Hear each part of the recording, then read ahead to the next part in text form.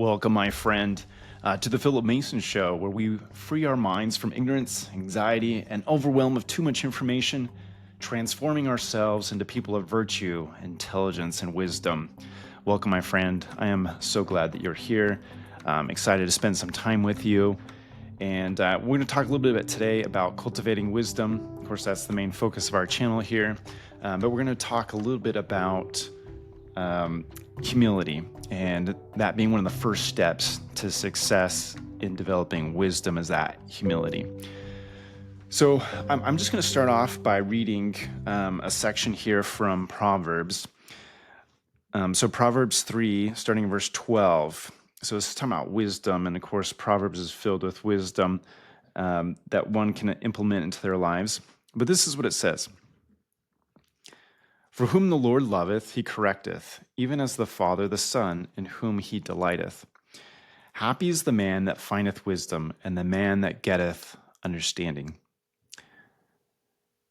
Now, in these coming verses here, they're making some analogies here to the benefits of wisdom. For the merchandise of it is better than the merchandise of silver, and the gain thereof than fine gold. So wisdom is better than money. She is more precious than rubies, and all things that thou canst desire are not to be compared unto her. Length of days is in her right hand, and in her left hand riches and honor. Her ways are ways of pleasantness, and all her paths are peace. She is a tree of life to them that lay hold upon her, and happy is every one that retaineth her. The Lord by wisdom hath founded the earth, by understanding he established the heaven. Some of those very profound verses there that kind of help orient us and help us understand the importance of cultivating wisdom in ourselves. So this first step to wisdom is this humility, developing meekness or humility in ourselves. So the two examples that I like to use in this first steps to wisdom is that of Moses and Socrates. So let's talk a little bit about Moses first. So Moses grew up in Pharaoh's court in Egypt. Egypt is a very powerful nation. They have many luxuries and much wealth. And so he grows up in this environment, and Moses has pretty much everything that he could want. But he purposely puts this life aside, and he chooses a new life, a life of wisdom, where he's seeking for the truth and he's seeking to know God's wisdom. So he purposely leaves Egypt, and he forsakes his station in Pharaoh's court, and he goes and he actually gets married and starts a family, and he becomes a shepherd, and he lives among his father-in-law's people. And so he, at this time, has made this huge transition from being in the most powerful court on earth, and now he is literally out in the wilderness with sheep and spending a lot of time with himself and with his animals. And there's an incredible amount of humility that comes with this. And we know that Moses valued meekness, and that was an important trait to him. And he probably saw, when he was in Egypt, the pride and the arrogance and all of the foolishness that came out of that from Pharaoh's court and from Pharaoh himself. And so he probably is, in his mind, he's rejecting all of that. In his heart, he's rejecting all of that. And he's saying, I'm done with that. Meekness and humility is the way to go. And the scriptures tell us that Moses was the most meek of all men. And he's a great example of that. Now, we know Moses went on to become the great lawgiver of Israel, and that he parted the Red Sea, and literally through following God, he crushed Pharaoh's army there in the Red Sea as they were being pursued across the Red Sea on dry ground. And later on, those waves came and washed over and destroyed Pharaoh's army. And all sorts of miracles like that happened under Moses. And that is due in large part because of his humility and his faith in God. So he basically said, I know nothing. God knows everything. I'm going to follow after God. And so God led him to do very great things for his people. And as a result, Israel, Moses established a law and founded a new nation, Israel.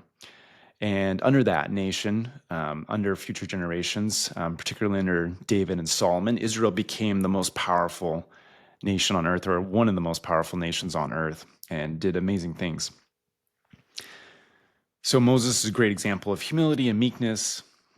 Let's also talk now just for a little bit about Socrates. So Socrates, what we have written about Socrates is from Plato, so our philosopher friend Plato.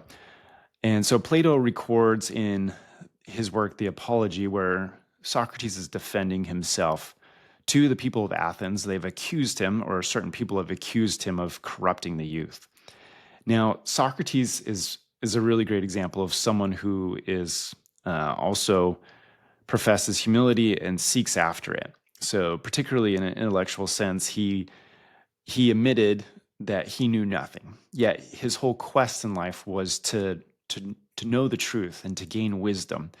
And so he actually acquired a lot of wisdom and truth, but he continually had this attitude of like, I don't know anything. I'm not wise, and I don't know enough. And when people would question about it, he says, I know nothing, but yet I move on in my quest. Now, this is kind of annoying a little bit to people who were there in Athens and they know him. He sometimes got under people's skin because he would always claim that he knows nothing when they knew that wasn't the truth. But what Socrates understood is that when you humble yourself, when you have a meekness about you, when you understand that you know nothing, it totally opens you up to the truth and to seeking after wisdom and being able to find it, and not only find it, but to be able to receive it into your mind and into your heart. And that's just totally priceless. And Socrates had that figured out. Now, Socrates, he very capable individual, but he gave up pursuing a career, pursuing merchandise, pursuing business, pursuing politics, whatever. Anything that could potentially aggrandize him, right, or improve his life, he gave it up. And he fought very purposely to find the truth. And he geared his whole life towards finding the truth and seeking after it and helping others in Athens find the truth as well. So he dedicated his whole life to that. And that's kind of what got him in trouble. He was becoming very popular, especially among the youth, and they loved how he would question things and have them think about things in a new light. And so they charged him in court with corrupting the youth. And so Socrates gives his defense. Plato records it in his work, The Apology, and throughout that whole work, Socrates, defends himself. And one of the things that he says is really interesting as he's defending himself, and he's issuing a challenge to the people of Athens, and he's telling them, you know what, I'm willing to die for the truth. The truth is so important, and we need to know it. And if you won't accept it, I'm willing to die for it to prove to you how important it is. And that's ultimately what he ends up doing. But he had this one phrase, and he left it with the people, and I'm going to read that here. And it's a very simple phrase. You probably heard it before, but it says, the unexamined life is not worth living. I'll say it one more time. The unexamined life is not worth living. So wisdom is cultivated in this virtue of humility that we have, where we examine ourselves and how we're living life and how we're thinking about things. And we're able to discern clearly in our minds between what is right and what is wrong. Are my actions actually building up value? Are they building up worth in a right, good way with other people around me and with myself? And if you're Moses or a Christian or anyone who believes in God, you're ultimately saying, what's my relationship with God? What's my connection with God? And is it good? Is it just? Is it holy? Is it pure? Is it worthy? Now, Socrates also believed in God too. In fact, he actually critiqued the Athens people very, very strongly, and he accused them of worshiping a plethora or a whole bunch of different gods. And he says, you fashion gods after your own corruption, meaning If you have a favorite sin, you create a god after your favorite sin and say, oh, look, the gods commit those sins too. So it justifies me in committing those sins as well. So Socrates pointed that out to them and says, you know what? That's not the way to go. That's just hypocrisy. And he says, there's just one God, and there's one true God. And he says, you mistake, and that God is good. So God can't be God unless he is good. Okay. So if you're creating gods that aren't good, and they're doing bad things and they're sinning, and you're doing that just to justify your own sins, then you're mistaken. You've got a problem. And people did not like Socrates for that because he pointed out the truth to them, the reality of their situation, and he was very pointed on that, and the people did not like him for it. And so eventually they took his life. So that's a little bit about Socrates. We could talk a lot about Socrates. Really good guy, a lot of good insights there. So the one thing I would just say in closing about Socrates is, sometimes we hear the phrase, I know that I know nothing. I know that I know nothing. And that's sometimes how people encapsulate Socrates, and that's fine. That works well. But just know that the unexamined life is not worth living, and that there should be a humility in the way that we approach our learning and as we seek wisdom. Okay, so let's move on here. Let's talk a little bit about the meaning of meekness. So meekness is kind of an interesting word. Perhaps you've heard, sometimes you hear people say, meekness is not weakness. That's kind of a common phrase. Perhaps you heard someone say that. So it's interesting to me that meekness, if you go back to the original Greek, the Greek word praus or praus, that word originated to our modern day word meekness. So that word, it actually described animals, tamed animals, and it particularly described war horses. So if you think of a war horse, a war horse is an animal that's been very highly trained, and has very particular skills in going to war. So it's designed to be very powerful, very strong, and to carry its soldier over long distances, and to be able to charge fearlessly into battle and not be afraid. So it's a very highly trained animal. So when you think of praus or praís, this original word that comes to our modern day word meekness, think of the war horse. So a war horse is strong, but also disciplined. It's a war horse is very powerful, but it's also submissive and gentle to its master. So think of power, but it's harnessed by this humility, by this discipline, by this training. And that's what a meek person is. Moses, he had had a lot of training and tutelage under God, and he had seen the way Egypt did things, but he really wanted to do things the way God inspired him to do them.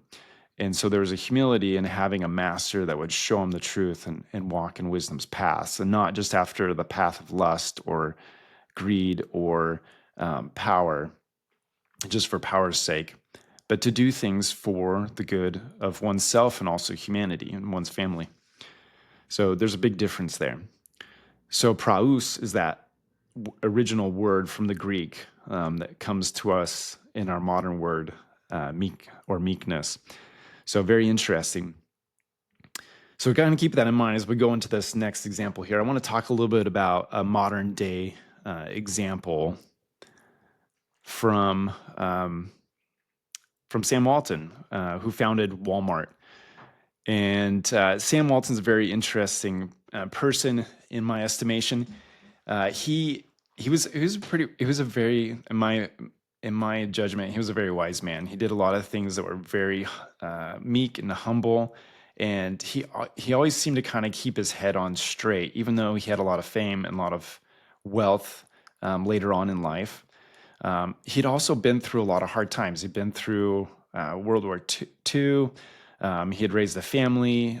He lived in, relatively humble situation in Arkansas, and he had grown up understanding what it was like to be deprived of certain things, and he understood his roots, and he understood the contrast between the haves and have not. And the character needed to get out of one situation and also to stay in another situation. So he had a lot of wisdom, and he conveyed a lot of wisdom to other people around him. And I really believe that's one of the reasons why Walmart's grown so strong is because of that humility that's oftentimes shown up in a founder such as Sam Walton. Now, it's kind of interesting.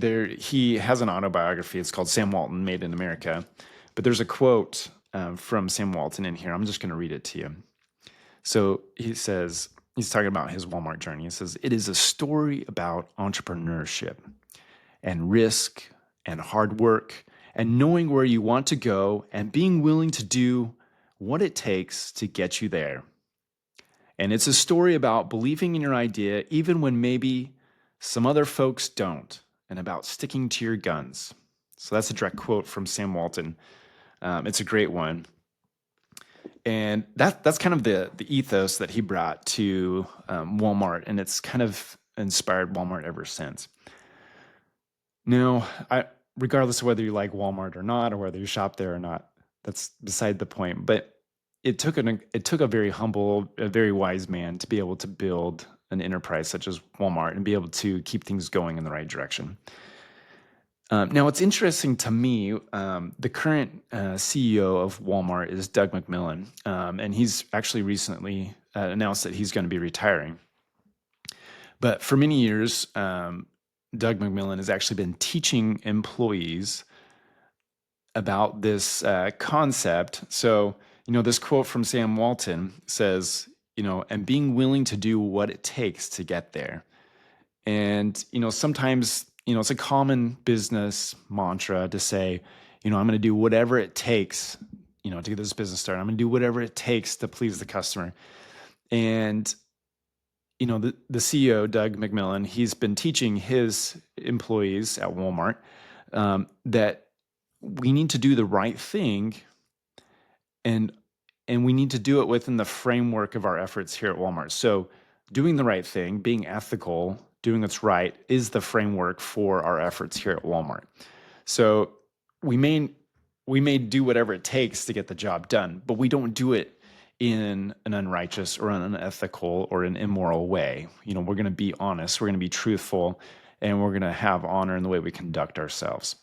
And that's the way we do business. Now, we all know that some in business do whatever it takes to win, right?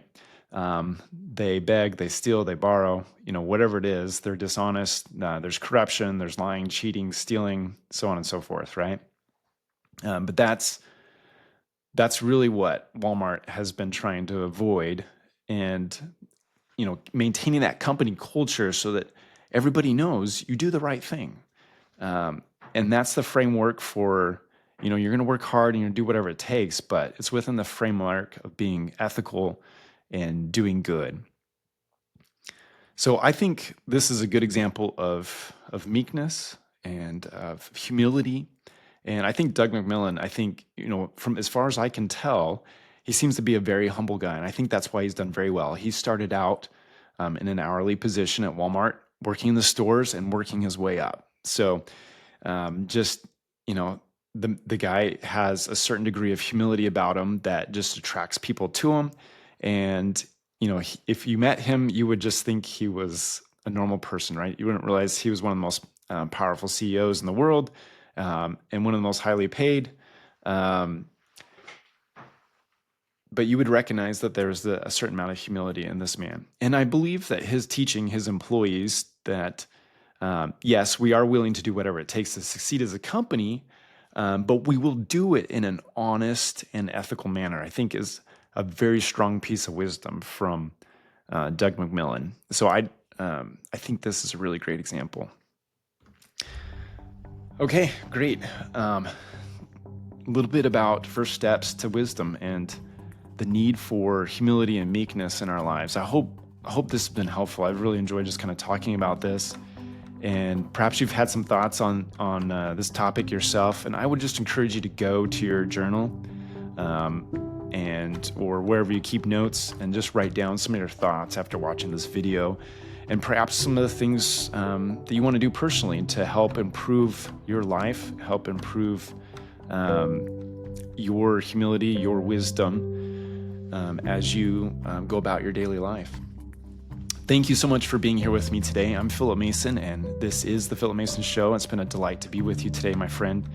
And we'll check in again with you in our next episode. We'll see you then.